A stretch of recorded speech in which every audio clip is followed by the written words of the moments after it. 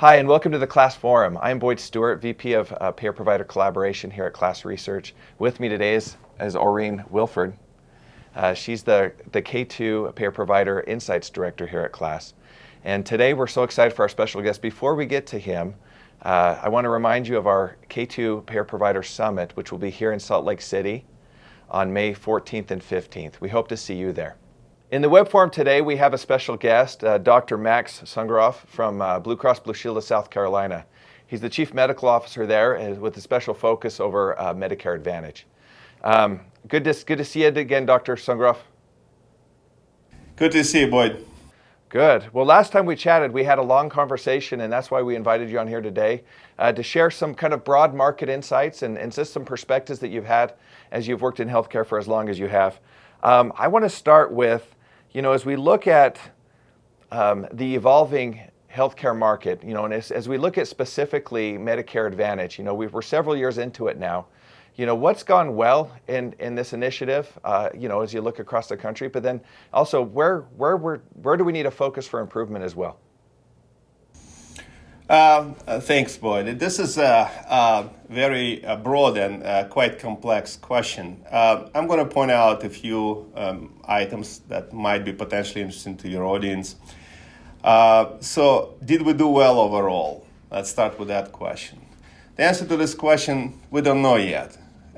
Maybe not as strong a performance as we were hoping for.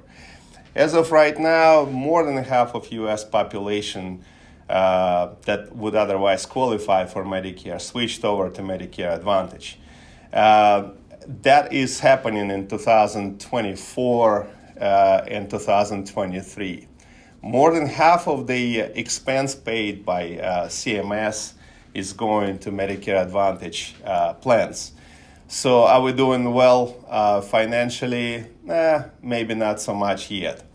A lot of that is driven by very high administrative expenses that Medicare Advantage plans generally experience. For comparison, an average plan probably is somewhere in between 10 to 15 or even higher percent of admin spends as opposed to a administration of a fee-for-service Medicare, which would be under 2% by the government. So on that level, it's not yet where we would like it to be. However, what Medicare Advantage definitely brings into the marketplace as a concept is various strategies that potentially can improve patients' care as well as outcomes and the qualities. And in general, just a desire to develop various programs and various approaches to improve patients' care. Because now there are targets, there are goals, and there is enough people working on that. So I would say from that standpoint, it's a positive. No, that's helpful. Are there areas where you think, if we could focus on one or two things moving forward? Obviously, there's already, the plan for changes is you got to look 5-6 years in advance. But are there things that you're seeing, regulation-wise or anything that gives you hope that we're going to see some significant improvements? Great question. CMS compliance and policies and regulation is something that takes a big part of our everyday function. It is unquestionably the most important part of our functionality. We always want to stay compliant with what CMS requires us to be compliant with. The regulations that are currently coming out are definitely consumer-centric. They are targeting improvement of care that the providers and the health plans render to the members. They require more focus on member experience, which is very significant. They also limit marketing influence that potentially could be misleading to consumers, both advertising and or activities by brokers who enroll members into plans. So regulatory focus clearly is on reducing potentially misleading impact on consumers. improving overall consumer experience, such as customer service, access, transparency, price transparency, and so on and so forth. So I think those things are driving tons of attention to it and tons of innovation. So from that standpoint, it's a very positive influence. However, on the other side, I have to say that the regulations are extremely complex, and they're getting more complex by day. And the changes that we need to introduce, they're pretty much constant. The only constant thing is need to constantly change. It's just the reality of what we live in. That impacts both utilization management processes, the oversight processes, the care management processes, the customer service, the pharmacy, and many, many, many other areas. It's a very complex and ever evolving mechanism that we have to deal with. So Max, how are you at Blue Cross Blue Shield managing to keep cost containment, keep your financials in the right place, yet still give the quality care that you need to with having a fixed payment system like Medicare Advantage? Yeah, let me start by saying it's not easy. And it's not easy for anyone or any plan anywhere in the country. The complexity of this process is that the population that is under our care is constantly changing, and we're not selecting our members. The members come to us. We try to open our panels to everyone, those who are maybe barely ever in the doctor's office, and the ones that are very ill and chronically ill and constantly hospitalized and so on and so forth. So I think one of the key ways that we're trying to approach this process is through population health management and population health strategy. The key is to identify our population, to first understand our population, to create so-called populitics or population health analytics. That tells us more about subgroups of our population. If I look at 100,000 members, for example, it maybe 10,000 members never go to the doctors ever, so we have no claims on them. So should we be happy about them? Well, maybe this year we should be happy about it, but on the other hand, they may potentially be a ticking time bomb for us because these members may be extremely ill next year. At the same time, by not having them in the doctor's offices, we cannot risk adjust them, so we cannot impact revenue. Essentially, we're staying with the demographic criteria of the revenues that CMS gives us. So that would be one example. On the other hand, we have people who are at the end of their life. Do we need to identify those whose efforts to treat or evaluate or maintain futile to some extent? We have always, each plan would have a subgroup of members that are in the last year of life, ability to identify when it happens or when it may happen, and institute proper measures and interventions to help them go through their last year of life without putting them through constant admissions to the hospitals, through various testing and unnecessary therapeutic interventions. That would probably be a big cost containment factor. That's pertaining to the last year of life. And then you have everyone in between. You have young, old. You have people with disability or partial disability. You have gender difference in spend. In general, a peculiar fact that your audience might be curious about is that a lot of times female members who represent slightly more than half of Medicare Advantage population, generally around the country, it's about 55-45, 55% women, 45% men. Generally speaking, women risk adjust worse than men. So in other words, the revenue that an average plan receives for women probably would be slightly less than the revenue that we would receive for male members. However, both the amount of services they render to female members and cost per service oftentimes is less than the amount of intervention and cost per service rendered to men. So understanding that could also trigger certain activities related to both marketing, retention efforts, and as well as care management, disease management, and so on and so forth programs. So one word for today, actually two words: population health. what's the next best step as far as increasing the collaboration or the partnership between health plan and provider? You're asking some great questions. They are on my to-do list every day. So I'm a big, I'm a big proponent of engagement. So let me start with that angle a little bit. So engagement of a person into their own health is what we ultimately want to do when we deal with engagement or we initiate any engagement measures.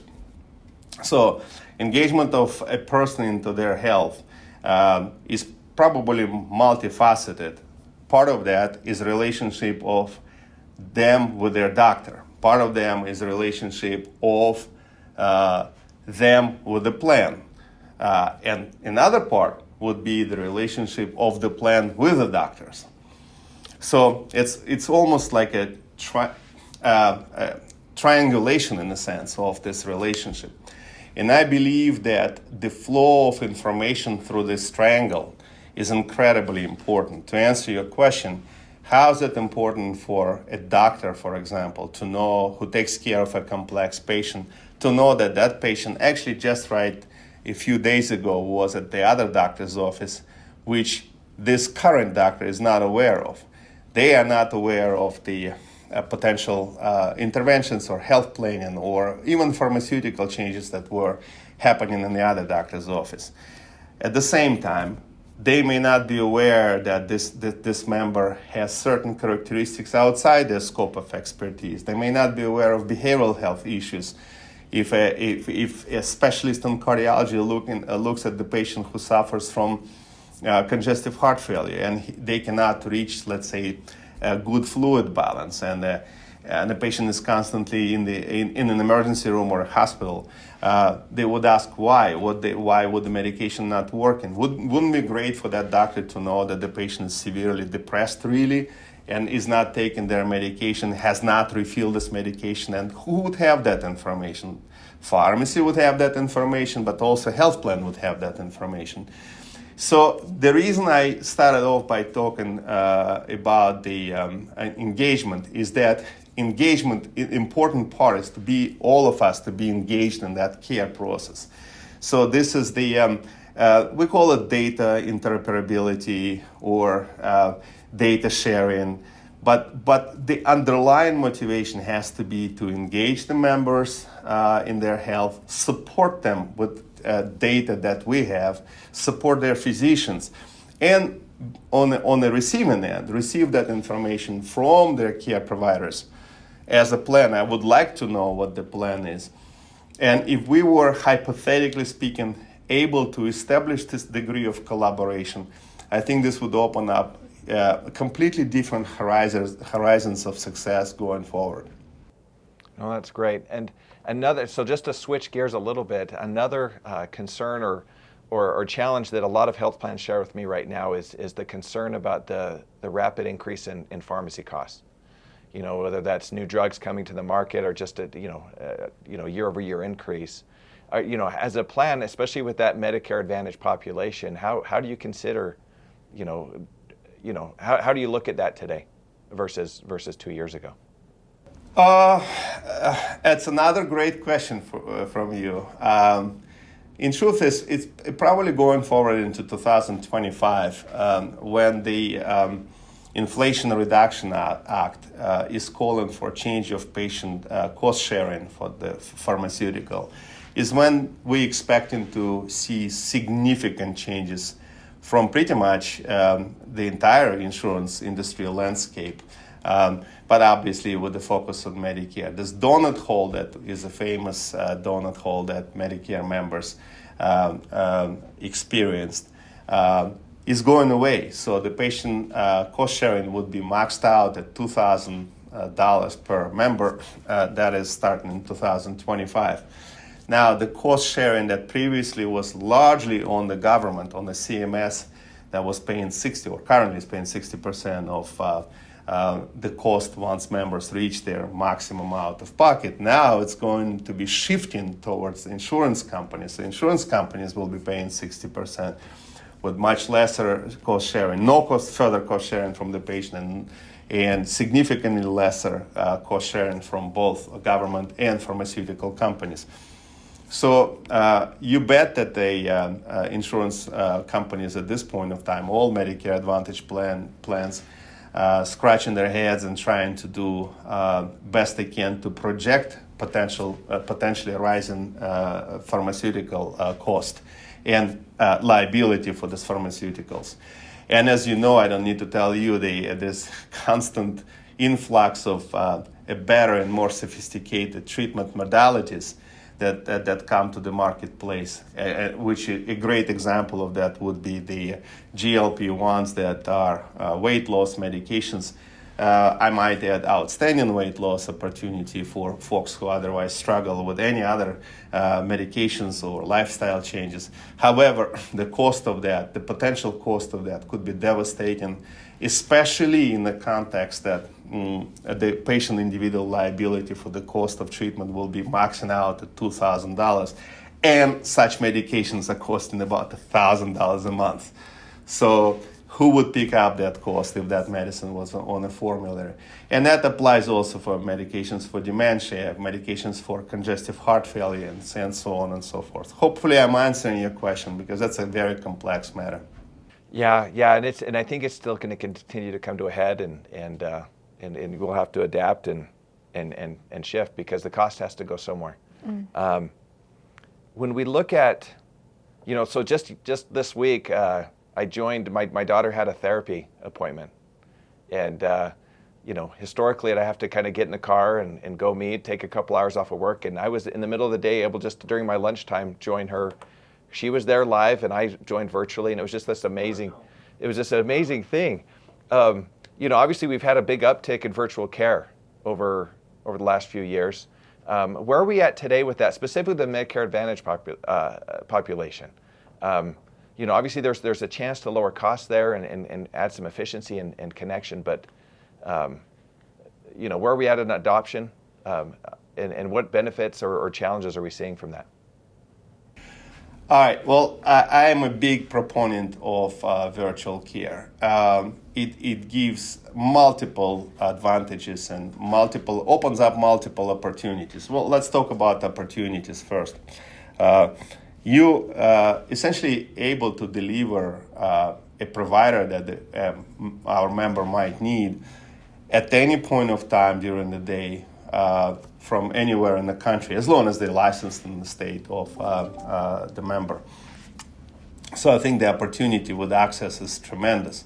When it comes to, we oftentimes talk about rural areas, but it doesn't have to be a rural area. It could be the actual expertise and specialty of the provider that has been looked for and very difficult to find. Imagine for a second that if you look at the bell curve of distribution of sicknesses, so right in the middle is generally healthy people, but as you go right and lower, you will see patients who are very sick and very complex. How do you match that bell curve with the curve of the expertise of the providers that you put in charge of this? If I superimpose that, I would like to be able to take complex care of complex patients and allocate that to providers whose expertise at the top, right? So that you want to give them those fewer providers that have that unique expertise and unique skill set or knowledge or training and so on and so forth. So how to do this? I think virtual health potentially able to alleviate some of the burden of that impossible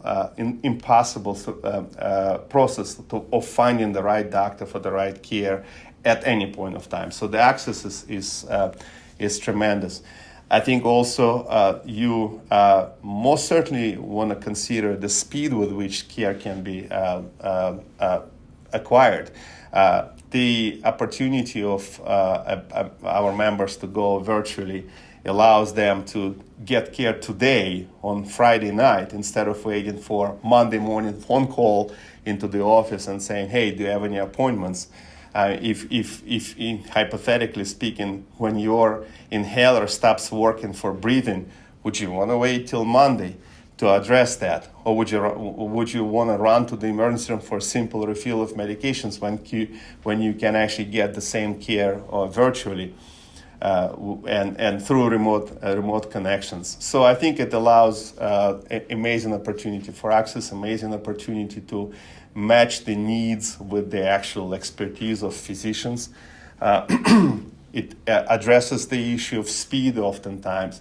And it just gives peace of mind a lot of times to people, knowing that if my doctor is maybe away today or maybe is not in the office, I can actually log into the computer and do it. Now, does it work necessarily for every single member of on our panels? Of course not. Some people are not technologically savvy enough. They may not be able to log into the computer and may not have a steady internet access or don't understand how to go through multiple prompts in order to log into this. So the simplification of this process some basic education instructions are always needed. But yet, the chunks of the population getting into Medicare age, they come in prepared. The penetration of smartphones is getting more and more. The use of smartphones and the functionalities of smartphones is clearly suggestive that those who before never opened up smartphones now actually have smartphones and they use smartphones. So I think it's the way going forward. Digital and virtual care would be a significant opportunity and will be growing as an opportunity. Yeah, when you talk about opportunities, and Oreen has one last question, but before we get to that, you mentioned all these opportunities, you mentioned regulations. I mean, there's a lot of these things that spur innovation and technology and different partners to come in and help you guys with patient member engagement or population health or even analytics. One of the purposes of these web forums is to point out to vendors and really push them to invest in areas where there's big gaps. Do you see, opportunities where you say, hey, if someone could invest somewhere and do something for me, man, why isn't this technology exist? Or why isn't someone doing this? Do you have a couple of kind of pie in the sky things that you wish you had? Sure. I think I'm going to start with a general comment. There's a lot of descriptive and predictive analytics that we receive from those vendors. So, and that's definitely getting better and better and growing in popularity. A typical example would be how to predict someone who is a rising risk, somebody who's going to be currently not really sick and who's going to get sick. All right, so the technology, the AI learning, the machine learning that is invested into that is very significant. And we get more and more vendors coming to us with these ideas. However, it's important to understand there is a different, from the standpoint of a plan, we're looking at these things as informationally it's good, it's cool, but what do we do with that?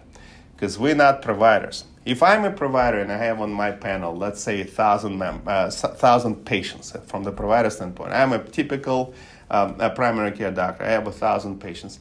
If that technology comes to me and they say that here's the list of 60 people that potentially will deteriorate, and this is where the direction of deterioration may take them, what would I do? I will just reach out individually, bring them back into the office, and I'm going to go through the suggested algorithms. What do I do if I'm a plan and I have thousands of people that potentially can be identified as someone who will deteriorate? What is my measure that I can implement? It's actually getting to be extremely complicated. So the disconnect that I'm seeing right now, and the one that pie in the sky, as I said, would be for me, is to start looking at the prescriptive analytics part of that. From, yes, the problem is there, to, hey, this is an easy solution. So the solution in part. Descriptional part of that is growing like mushroom, literally. I see it more and more and more, and people coming to me and offer services in the descriptive analytics. I'd like solutions. I'd like solutions with a focus on, and the part that is making it difficult, Boyd, is that solutions, when I'm a plan or I function as a plan, I look at my population as the whole, or I look at the segment of my population.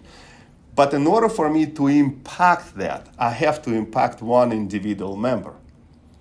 So that ability, it's a very, very difficult process to go to zoom out and then zoom back in, zoom out again and zoom back in, so that would be my dream scenario, that the solutions that are given to us have the ability to prescribe the next best action or next sequel of next best actions, along with ability to individual approach versus population approach. And this would require a lot of work and a lot of involvement from people who actually practice medicine, who actually practice what they preach. This is very difficult to do sitting on the computer without ever seeing patients and so on and so forth.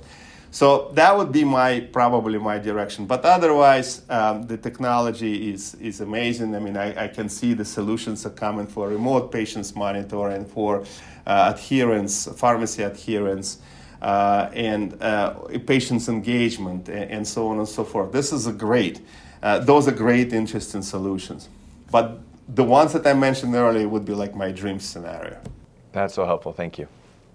So, Max, this has been such an interesting conversation with talking about the rising risk, polypharmacy, the impact of telehealth.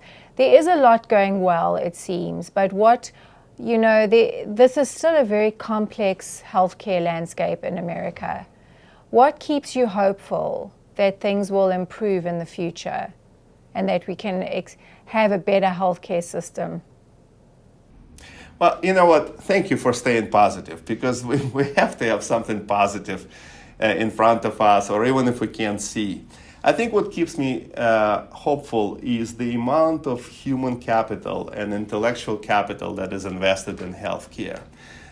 It's fascinating to look how the landscape of various offerings, how much it's changed, and how many people, maybe flooded at this point of time, but nevertheless came to this venue where we're actually all talking about solutioning and both diagnostic and therapeutic and long-term solutioning for healthcare. So I believe with human capital, with the fierce competition with different vendors and different solutions, we will actually be able to find the best, the leaders.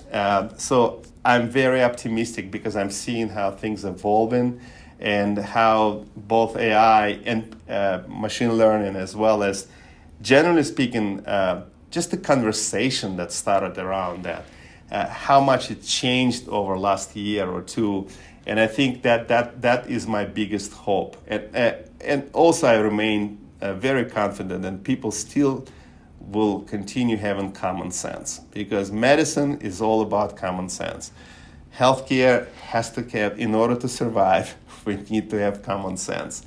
And sometimes it's difficult, but yet I believe that we have that general line of commonsensical line. So I am optimistic.